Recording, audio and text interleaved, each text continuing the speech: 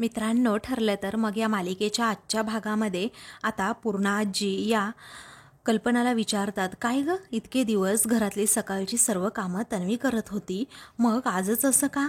तेव्हा आता सायली तिथे देवपूजा करत असते. मग आता लगेचच कल्पना म्हणते, कारण मला ना कामचुकारपणा सायलीला करूच द्यायचा नव्हता, म्हणून मी हे सगळं केलं. पण तन्वी अजून बाहेर कशी नाही आली काय माहीत, म्हणजे सकाळपासनं ती कुठे दिसलीच नाहीये. तर प्रिया आता मागे येऊन उभी राहिलेली असते आणि डोक्यालाच हात लावते. मग आता मनातच विचार करत प्रिया म्हणते की बापरे, आज गुढीपाडव्याच्याच दिवशी मला एवढी झोप लागायची होती का? आता काय कारण सांगू यांना, असं म्हणून आता प्रिया स्वतःवरच वैतागते. मग आता आई ग असं म्हणून लगेचच ती आता पोट दुखण्याचं नाटक करते, पोटाला हात लावते. प्रियाचा आवाज ऐकून आता लगेचच कल्पना आणि पूर्णाजी तिच्याकडे धावतच जातात आणि काय झालं ग तन्वी, काय झालं ग तन्वी असं तिला विचारतात. मग आता अश्विन कुठे गेला, माझ्या खूप पोटात दुखते असं प्रिया म्हणते. तर आता सायलीला बरोबर समजतं की ही ना नुसती नाटकं करत. मग आता लगेचच कल्पना विचारते, कुठे दुखतंय पोटात, नक्की काय झालंय अगं तन्वी? तेव्हा प्रिया नुसतीच आपली पोटाला हात लावत खूप पोट दुखते, खूप पोट दुखतंय असं म्हणत असते. मग आता लगेचच पूर्णाजी विचारतात, काही खाण्यात आलंय का काही?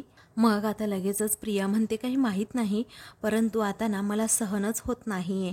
तर सायली फक्त तिच्याकडे पाहतच राहते. मग त्यानंतर प्रिया म्हणते, कसं आहे ना, सणाच्या दिवशी असं लवकर तयारी करून बाहेर येणार नाही असं कधी होऊच शकत नाही. मग आता लगेचच कल्पना म्हणते, विमल जरा पाणी आण ग. तेव्हा आता लगेचच पूर्णाजी विचारतात, अश्विन कुठे गेला ना काय ठाऊक? कल्पना आता लगेचच अश्विनला आवाज देत असते. अश्विन तितक्यात तेथे येतो आणि विमल सुद्धा पाणी घेऊन आलेली असते. मग आता बघणार आहे तन्वीच्या किती पोटात दुखतोय, बघ बरं काय झालं असेल अचानक असं अश्विनला आता लगेच कल्पना म्हणते. तेव्हा आता ती म्हणते की अरे बघ ना अश्विन, माझ्या किती पोटात दुखतंय. तेव्हा अश्विन आता विचारतो, पण कोणत्या बाजूला दुखतंय नक्की? तेव्हा उजव्या बाजूला दुखतंय असं आता लगेचच प्रिया म्हणते. मग आता काल रात्री काही बाहेरचं खाण्यात आलं होतं का असं अश्विन विचारतो. मग प्रिया अगदी नाटक करत म्हणते, अरे असं काय करतो, आपण एकत्रच नाही का जेवलो, जरा पहाटेपासून दुखतंय अरे मला. अश्विन विचारतो, हो का, पण मघाशी अगं तू माझ्यासमोरच खोली बाहेर पडली, त्याचं काय? आणि तेव्हा तर असं काही जाणवलं सुद्धा नाही. तेव्हा प्रिया आता लगेचच अजून दुखण्याचं नाटक करते, कारण अश्विनने हा प्रश्न विचारल्यानंतर प्रियाची बोलतीच बंद झालेली असते. मग आता लगेचच प्रिया म्हणते, कसं आहे ना अश्विन, अरे तुला त्रास होईल ना उगीच माझं दुखलं तर, म्हणून तुला मी जाणवू न देता इकडे आले सरळ. तेव्हा अश्विन आता विचारतो, तन्वी तू जरा वेडी आहेस का? अगं ही काय माझ्यापासून लपून ठेवण्याची गोष्ट आहे का? पूर्णाजी म्हणतात, अगं सांगायचंच ना, तो काय नवरा म्हणून नाही म्हणून सांगायचंच त्याला. तेव्हा आता प्रिया म्हणते, हो पूर्णाजी, अश्विन काल रात्री एकतर उशिरा आला होता, खूप थकून झोपला होता, मग कशाला उगीच त्याला त्रास द्यायचा, आणि म्हणूनच मी नाही सांगितलं. मग आता लगेचच अश्विन म्हणतो, मी तुला गोळ्या देतो त्या घे आणि आराम कर आता थोडा वेळ. तेव्हा गोळ्यांचं नाव काढल्यानंतर आता प्रिया विचारते, काय गोळ्या, आता गोळ्या कशाला अश्विन? आता जरा मला बरं वाटतंय, मला गोळ्याच नको आहे. पूर्णाजी आता विचारतात, अगं गोळ्या नको काय, कारण डॉक्टर तू आहेस की तो आहे, तो सांगतो ना ते गुपचूप घ्यायचं आणि झोपायचं. मग आता प्रिया म्हणते, नाही अगं पूर्णाजी ना, पण आता ना जरा बरं वाटतंय, मला जरा कमी झालंय ना, मग उगीच आता कशाला गोळ्या, आता राहू दे, हा राहू दे. तर सायली मात्र प्रियाची ही सगळी नाटकं पाहून गालात हसू लागते. मग आता लगेचच विमल विचारते, अश्विन दादा मी तन्वीताईंसाठी जरा साखर मिठाचं पाणी देऊ का? अश्विन म्हणतो, हो चालेल चालेल. तन्वी ऐक ना, अगं जर ते पिल्यानंतर हे तुला बरं नाही वाटलं ना, तर मग गोळ्या घ्याव्या लागतील हा. तेव्हा प्रिया म्हणते, हो चालेल की अश्विन. मग आता विमल म्हणते, तन्वीताई तुम्ही तुमच्या खोलीमध्ये जाऊन आराम करता का, मी ना पाणी घेऊन तेथेच येते हा. मग आता प्रिया अजूनच नाटकं करत म्हणते, नको नको नको, खोलीत नको ना रे अश्विन, तुमच्यासोबत जर इथे बसले ना तर मला लवकरात लवकर बरं वाटेल. तर विमल आता लगेच सायलीकडे पाहते, कारण त्या दोघींनाही माहीत असतं सगळी नाटकं सुरू आहेत ही. मग पूर्णाजी आता लगेच तिचं कौतुक करत म्हणतात, माझं गुणाचं ग लेकरू ते, एवढं बरं नाहीये तिला, तरीही ती अगदी इथून जायला मागतच नाही. त्यानंतर आता ती म्हणते, आज सण आहे आणि नेमकी मी लेटच उठले, आता एक काम करते, अगोदर ना मी पूजेची तयारी करते आणि स्वयंपाकाला सुद्धा लागते असं म्हणून ती उठत असते. तेव्हा उठताना खूप जोरात ओरडते आणि अगं आई ग असं मोठ्यानेच म्हणते. मग आता ती म्हणते की हालचाल केली ना तरीही खूप त्रास होतोय आता. तेव्हा कल्पना म्हणते, हे बघ तन्वी तू ना आता जागेवर न उठूच नकोस, कारण मी सर्व स्वयंपाक ना विमललाच करायला सांगते. मग आता सायली लगेचच पुढे येते आणि म्हणते की मला काय वाटतंय अगं प्रिया, तू ना या हालचालीच बंद कर, म्हणजे सावकाश कर सगळं, त्याशिवाय तुझ्या पोटात दुखायचं अजिबातच थांबणार नाही. आणि स्वयंपाकाची काळजी तर तू करू नको हा, कारण मी आणि विमलताई मिळून सर्व स्वयंपाक करू. तेव्हा प्रिया रागातच आता सायलीकडे पाहते. मग त्यानंतर आता सायली म्हणते ताट वाढल्यानंतर वेळेत जेवायला येऊन बस म्हणजे झालं हा. जर सायली आता तेथून जाते तर प्रिया खूप दुखतंय अशी नाटकं करू लागते. तेवढ्यातच विमल आता मीठ आणि साखरेचं पाणी घेऊन तेथे येत. तेव्हा सावकाश हा तन्वी सावकाश असं म्हणून आता पूर्ण जिया तिला हळूहळू पाणी प्यायला सांगतात. मग आता अश्विनला लगेचच प्रिया म्हणते अश्विन अरे तू जा ना, आवरून घे ना, उगीच माझ्यासाठी नको थांबू हा इथे. मग आता अश्विन म्हणतो अगं पण तन्वी थांबायला हवं ना.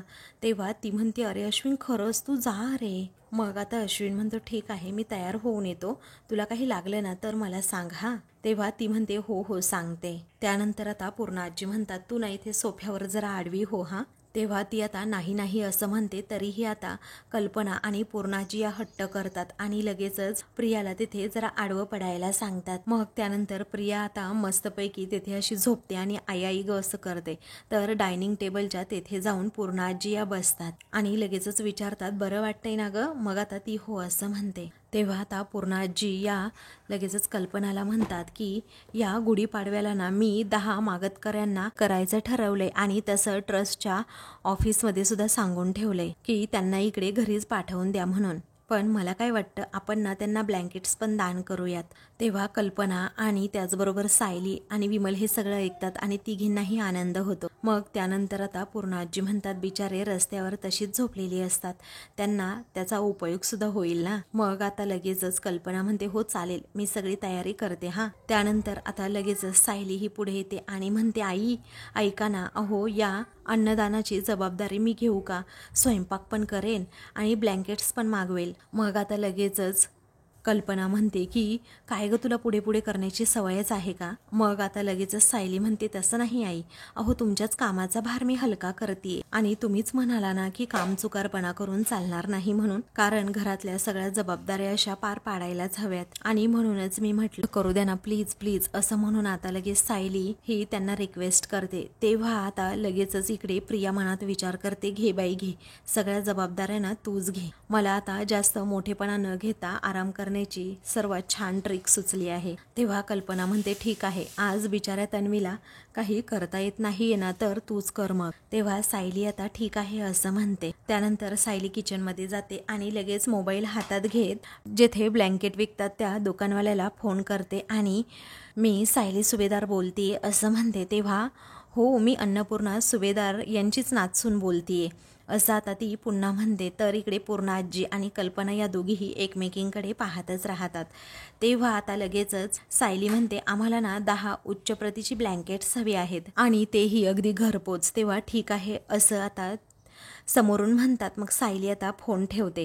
तेव्हा आता लगेचच कल्पना म्हणते 10 माणसांचा स्वयंपाक करायचा आहे एवढं लक्षात ठेव आणि ती ही जबाबदारी घे. सायली म्हणते हो आई आहे माझ्या लक्षात. मग आता प्रिया म्हणते अगो जर जमलं ना तरच कर, नाहीतर आपण बाहेरून ऑर्डर करू जेवायला हां. तेव्हा आता सायली म्हणते नको त्याची गरज नाही आहे. अगं सुभेदारांच्या घरातलं अन्नदान हे बाहेरनं मागवलेल्या जेवणातनं करायचं का, ते तर सुभेदारांच्या सुनेनेच बनवायला हवं ना. मग आता कल्पना म्हणते हो पण त्यामध्ये काहीही गडबड व्हायला नको एवढंही लक्षात ठेव. तेव्हा आता सायली हो असं म्हणते, कारण पूर्णाजी एवढं पुण्याचं काम करतायत मग मी कुठलीही गडबड होऊ देणार नाही. त्यानंतर आता सायली म्हणते की विमलताई ऐका ना मी यांना कॉफी देऊन येते, तर तुम्ही कुर्मा भाजीची तयारी करून घ्या. म्हणून ती विमलला आपण दोघीही आता एकत्रच पुऱ्या बनवूयात असंही सांगते.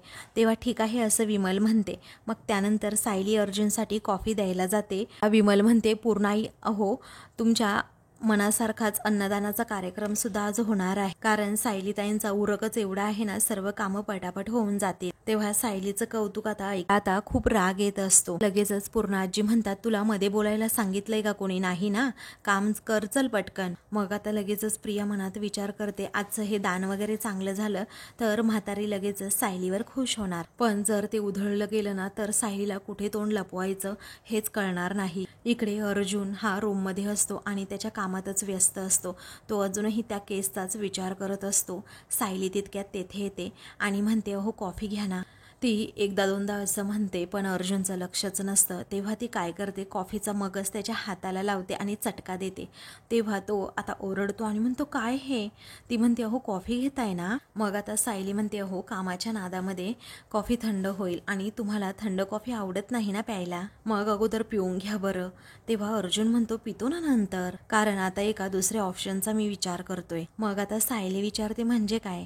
तेव्हा अर्जुन म्हणतो, प्रिया आणि साक्षी या दोघीही खुनाच्या अगोदरपासून दोघीही मैत्रिणी आहेत असा अंदाज आहे आपल्याला. मग दोघींनी मिळून हा खून प्लॅन केला. साक्षीने खून केल्यानंतर प्रिया साक्षीला ब्लॅकमेल करून स्वतःचा फायदा करून घेत असेल का, असे अनेक प्रश्न त्याच्या मनात असतात. सायली म्हणते, अहो प्रिया ना स्वतःच्या फायद्यासाठी ना काही सुद्धा करू शकते. मग त्याने ना समोरच्याचं किती नुकसान होतंय याने तिला काहीच फरक पडत नाही. त्यानंतर आता तो तिला विचारतो, मला सांगा तुम्हाला प्रियाचे कोणते फ्रेंड्स माहीत आहे का? कारण त्यापैकी एक जरी आपल्याला भेटला ना तरीही आपल्याला हे कळेल की साक्षी त्यांच्या ग्रुपमध्ये होती की नाही.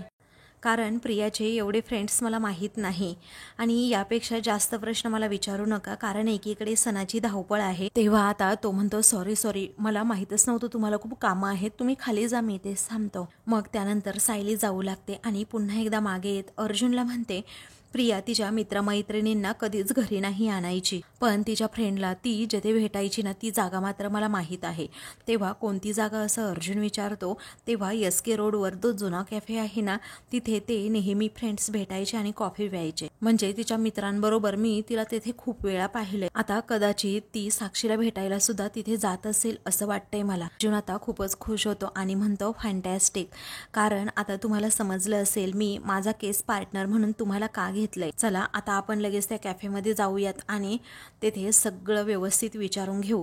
प्रियाचा फोटो सुद्धा दाखवू. तिचा तो फोटो दाखवल्यानंतर तिला तेथे ओळखतील सुद्धा ना, आणि त्यांच्याकडे जुने CCTV फुटेज असेल तर ते सुद्धा चेक करता येतील. तेव्हा सायली म्हणते, आज नाही जाऊ शकत आपण, जरा विसरलात का? तयारी सुद्धा करायची आहे, मी सुद्धा तुम्हाला अजिबातच बाहेर जाऊ देणार नाही आणि तुम्ही जर जेवायला घरी नसलात तर पूर्ण आजीला खूप वाईट वाटेल हो, कारण मी खूप मोठा घाट घातलाय. मागं बोलवायचंय, त्याचबरोबर दान सुद्धा करायचंय त्यांना, त्यामुळे प्लीज तुम्ही जाऊ नका. मग अर्जुन म्हणतो, उलट तर जायलाच हवं. तसंही थांबल्यानंतर कुठे मम्मा आणि पूर्ण आजी मला या घरचा मुलगा मानतात, त्यामुळे न थांबलेलंच बरं असं अर्जुन म्हणतो. सायली म्हणते, तुम्हाला थांबावंच लागेल हा, आणि थांबल्यानंतर अशी उगीच काही ठिणगी टाकायची नाही, एवढे उपकार करा माझ्यावर. मग आता अर्जुन म्हणतो, प्लीज आपण एक काम करूयात, गुढी उभारल्यानंतर जाऊयात ना तिकडे. सायली म्हणते, नाही हो, तुम्ही आज दुसऱ्या केस पार्टनरला बोलवून घ्या, म्हणजे चैतन्य भाऊजींना. मग आता अर्जुन म्हणतो, असं म्हणताय का? बरं ठीक आहे, पण उद्यापासून मला माझी केस पार्टनर माझ्याबरोबर हवी आहे, कारण मी तिच्याशिवाय नाही काही करू शकत. सायली म्हणते, ठीक आहे, पण आजच्या दिवस तुमच्या या केस पार्टनरला जरा बिझीच राहू द्यात.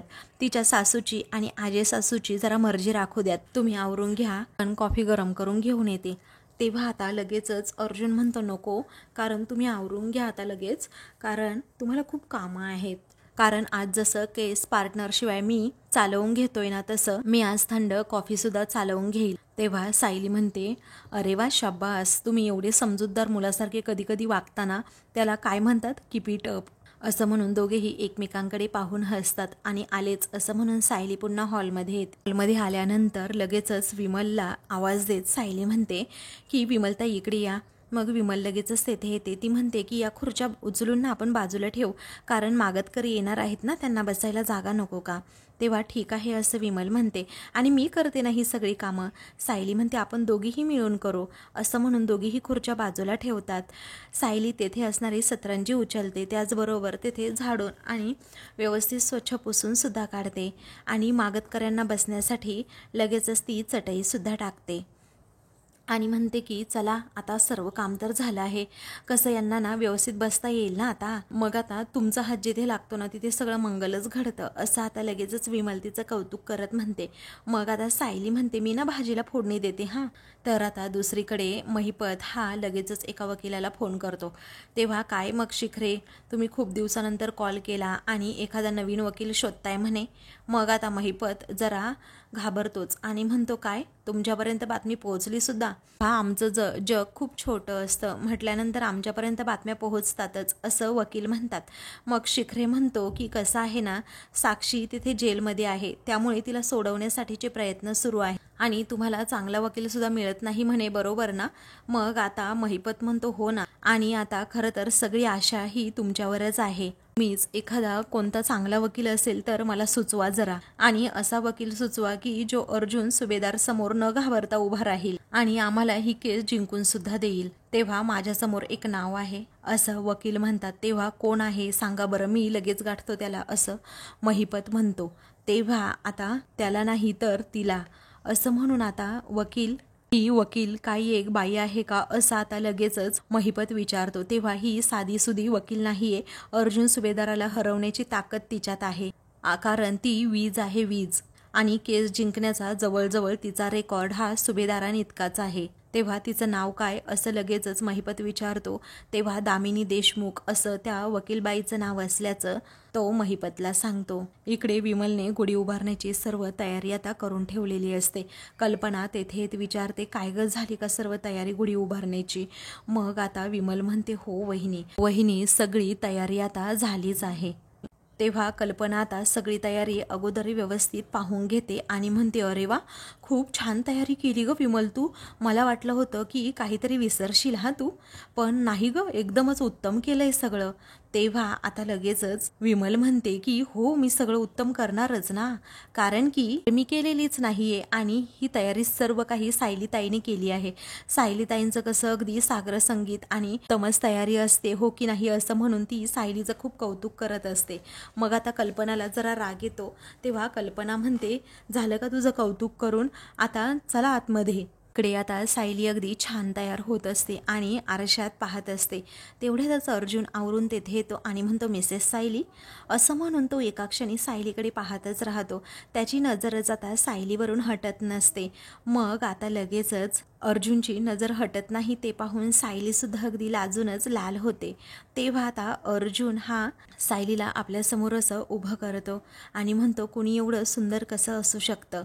मग आता सायली खूपच लाजते आणि हसतच म्हणते, मी सुंदर आहे की नाही ते माहीत नाही, पण आहे ना, तुमचीच आहे. मग आता अर्जुन म्हणतो, मला ना माझ्या नशिबावरच कधी कधी विश्वास बसत नाही. सायली म्हणते, आपण आपल्या भाग्याच्या जर अशा स्पर्धा लावल्या ना तर मीच जिंकेल. मग आता ते दोघेही सारखेच एकमेकांकडे पाहतात आणि हसतात.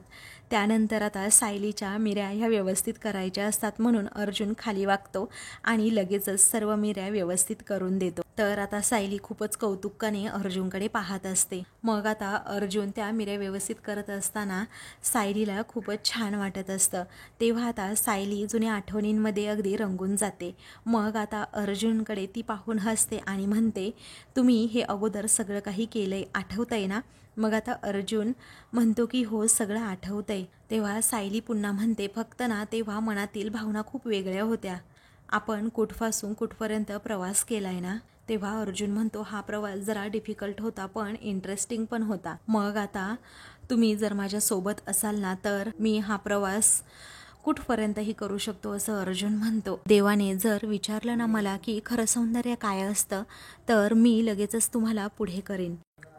सो स्वीट 24 कॅरेट सोनं, असं म्हणून तो सायलीकडे पाहतच राहतो. मग आता सायली म्हणते, सौंदर्य कोणाच्याही चेहऱ्यात नसतं, ते बघणाऱ्याच्या असं नजरेत असतं. कारण तुम्ही माझ्यावर खूप प्रेम करताना म्हणूनच मी तुम्हाला सुंदर वाटते. आणि आता मला हरभऱ्याच्या झाडावर चढवणं बंद करा, कारण खाली खूप कामं पडली. अर्जुन म्हणतो, अरे वा, सर्व लव्ह स्टोरींचा एंड तर याच वाक्यावर होतो. तेव्हा सायली हसूनच म्हणते की नाही, आपल्या लव्ह स्टोरीचा एंड तर कधीच होणार नाही, असं म्हणून ती गजरा केसात माळणार असते. तेव्हा आता अर्जुन म्हणतो, नवराजवळ असताना ही कामं स्वतः करायची नसतात, असं म्हणून तो स्वतः सायलीच्या केसामध्ये गजरा माळतो. मग सायलीला अजूनच आनंद होतो आणि ती अर्जुनकडे पाहतच राहते. अर्जुन देखील आरशातून सायलीला आता निहाळू लागतो. तेव्हा ते दोघेही आता आरशामध्ये स्वतःला पाहत राहतात. तर आता इकडे अश्विनने आणलेली साडी प्रियाने नेसलेली असते आणि मस्त असा मेकअप करते. अश्विन आता तिच्याकडे पाहतच राहतो आणि तिच्याजवळ येत तिला म्हणतो, खूप छान दिसतेस तू. मग आता प्रिया म्हणते, मला ना आता एकदम फ्रेश सुद्धा वाटतंय. अजिबातच पोटात दुखत नाही. तेव्हा आता अश्विन विचारतो, पण इतक्या पटकन कसं थांबलं ग तुझ्या पोटात दुखायचं? कारण मी तर तुला काही औषध सुद्धा दिलं नाही. मग आता प्रिया जरा घाबरते आणि लगेच अश्विनकडे जात त्याचा हात पकडत म्हणते की तुझ्यासारख्या नवऱ्याचं एवढं प्रेम मिळतंय, मग तुझ्यातल्या डॉक्टरने दिलेल्या औषधाची काय गरज आहे बरं? तेव्हा अश्विन तिच्याकडे पाहून हसतो आणि म्हणतो, तन्वी तुला बरं नव्हतं ना? मलाही अजिबात छान नव्हतं वाटत, कारण पेशंट जेव्हा खूप जवळची व्यक्ती असते ना तेव्हा डॉक्टर सुद्धा अपसेट होत. प्रिया म्हणते, पण आता ना मी एकदम ठणठणीत आहे. आता आपल्याला आपल्या मनासारखा गुढीपाडवा सुद्धा साजरा करता येणार आहे. पण आता लगेचच अश्विन म्हणतो, हे बघ पोटात दुखायचं थांबलं म्हणून उगीच नाचानाच करायला सुरुवात करू नकोस आणि वाटल्यास फक्त पूजेपुरती खाली ये आणि नंतर वरती येऊन ना असा आराम कर. तेव्हाच आता प्रिया म्हणते, ओके डॉक्टर.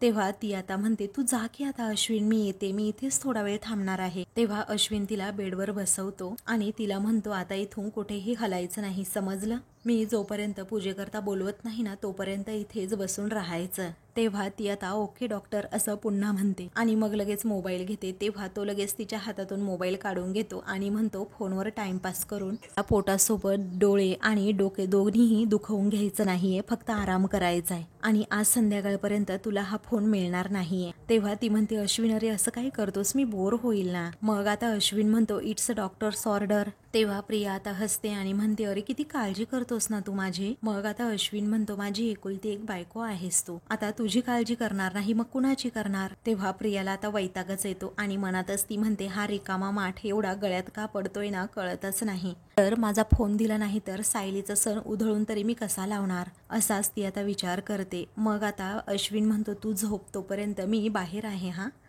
तेव्हा आता प्रिया पुन्हा एकदा त्याच्याकडे फोन मागू लागते आणि म्हणते, 1 मिनिटासाठी तरी दे ना. तो म्हणतो, ऐकणार नाही आहेस का तू आता माझं? मग आता प्रिया लगेचच प्रतिमाची आठवण आल्यासारखं नाटक करत म्हणते की तुला खरं सांगते, हा अश्विन मला आईची खूप आठवण येते. अरे मी विचार करत होते तिच्याशी थोडा वेळ ना व्हिडिओ कॉलवर बोलेन, मग मलाही जरा बरं वाटलं असतं ना, आणि म्हणूनच हवा होता फोन, पण व्हिडिओ कॉल झाल्यानंतर मी खरंच बाजूला ठेवून देईल. आता लगेचच तो म्हणतो, ठीक आहे, तुला आता प्रतिमा आत्याबरोबर बोलायचं आहे म्हटल्यावर मी काय बोलणार. त्यानंतर आता अश्विन हा तिच्याकडे तिचा फोन देतो आणि मग लगेचच तेथून जातो. तर आता लगेचच प्रिया ही सायलीने मगाशी ज्या 10 ब्लँकेटची ऑर्डर दिलेली असते ना त्या दुकानवाल्यांना पुन्हा फोन करते. तुम्ही कोण बोलताय असं आता तिकडून विचारतात. मग आता प्रिया म्हणते, मी सायली सुभेदार बोलते, असं खोटं आता ती त्याला सांगते. मग आता मगाशी मी 10 ब्लँकेट्सची ऑर्डर द्यायला जो फोन केला होता ना तेव्हा तो माणूस म्हणतो, हो मॅडम, अहो तुम्ही सांगितलं होतं ना तशी बेस्ट क्वालिटीची 10 ब्लँकेट मी तुम्हाला घरपोच पाठवणार आहे. मग आता प्रिया म्हणते, नाही, अहो आता ना थोडा प्लॅन चेंज झालाय, मला ना 10 चांगल्या क्वालिटीचे ब्लँकेट्स नको आहेत. तुमच्याकडे वाया गेलेली, खराब, अत्यंत लो क्वालिटीचे जे ब्लँकेट्स आहेत ना असे 10 ब्लँकेट्स मला पाठवा. तेव्हा आता लगेचच तो माणूस विचारतो, असं कसं करता येईल मॅडम? अहो फाटलेली, खराब झालेली ब्लँकेट्स आम्ही बाजूला करतो, अशी कोणत्याही गिरायकाला मी देत नाही कधी. तेव्हा प्रिया म्हणते, मला ना जरा थोड्या वेगळ्या कारणासाठी हवी आहेत, त्यामुळे तुमच्याकडचे जेवढे घाण ब्लँकेट असतील ना तितकं माझ्यासाठी खूप चांगलं आहे, आता पाठवून द्या हा, असं ती ऑर्डरच सोडते. मग आता मगाशी तुम्ही जी चांगली ब्लँकेट्स ऑर्डर केली होती ना ते घेऊन माझा माणूस निघाला सुद्धा आहे, तर तो आता दुकानदार म्हणतो आणि कधीही तुमच्या घरी पोहोचेल. तेव्हा प्रिया आता जोरातच ओरडते, इतकी घाई करायची काय गरज होती तुम्हाला? मग आता लगेचच तो माणूस म्हणतो, तुम्हीच तर म्हणाला होतात ना की ताबडतोब पाठवा म्हणून. तेव्हा प्रिया आता शांत होते आणि म्हणते, बरं हरकत नाही, बरं आता मी जी ऑर्डर दिली आहे ना ती सुद्धा पाठवून द्या, आणि एकदा का तो मुलगा घेऊन आला ना मला एकदा फोन करा. तेव्हा ठीक आहे मॅडम, असं आता लगेचच तो दुकानदार म्हणतो आणि फोन ठेवतो. तर आता इकडे ब्लँकेट घेऊन तो मुलगा आलेला सुद्धा असतो आणि सायली सुभेदार असं म्हणून आवाज देतो. विमल बाहेर असते आणि लगेचच तेथे येत म्हणते, हो बोला की. मग आता सायली सुभेदार यांनी ब्लँकेट्स मागवलेत आणि तेच मी घेऊन आलोय. तेव्हा विमल सर्व ते ब्लँकेट्स घेते तर तो मुलगा लगेचच तेथून जातो. तर पूर्णा आजी आणि त्याचबरोबर कल्पना या दोघीही तेवढ्यात तेथे येतात आणि गेले कुठे सगळे असं विचारतात. अश्विन आणि अर्जुन त्याचबरोबर प्रिया, सायली या दोघीही तेथे येतात. मग आता लगेचच पूर्णाजी या म्हणतात, अश्विन अरे पहिला गुढीपाडवा साजरा करताना तू खुश आहेस ना? मग आता अश्विन म्हणतो, हो अगदी आहेच मी खुश. पुढे आता तो म्हणतो, आज ना डॅड असायला हवे होते. तेव्हा आता लगेचच कल्पना म्हणते, हो ना, पण त्यांना आज नागपूरला जावं लागलं ना. तेव्हा आता लगेचच आजच्या दिवशी ना डॅड असायलाच हवे होते घरी, असं अश्विन पुन्हा पुन्हा म्हणतो. मग आता प्रिया लगेचच म्हणते, आई आपण गुढी उभारली ना लगेचच बाबांना कॉल करूयात, म्हणजे त्यांनाही कळेल ना की आपल्याला त्यांची किती आठवण येते. मग आता कल्पना म्हणते, हो चालेल.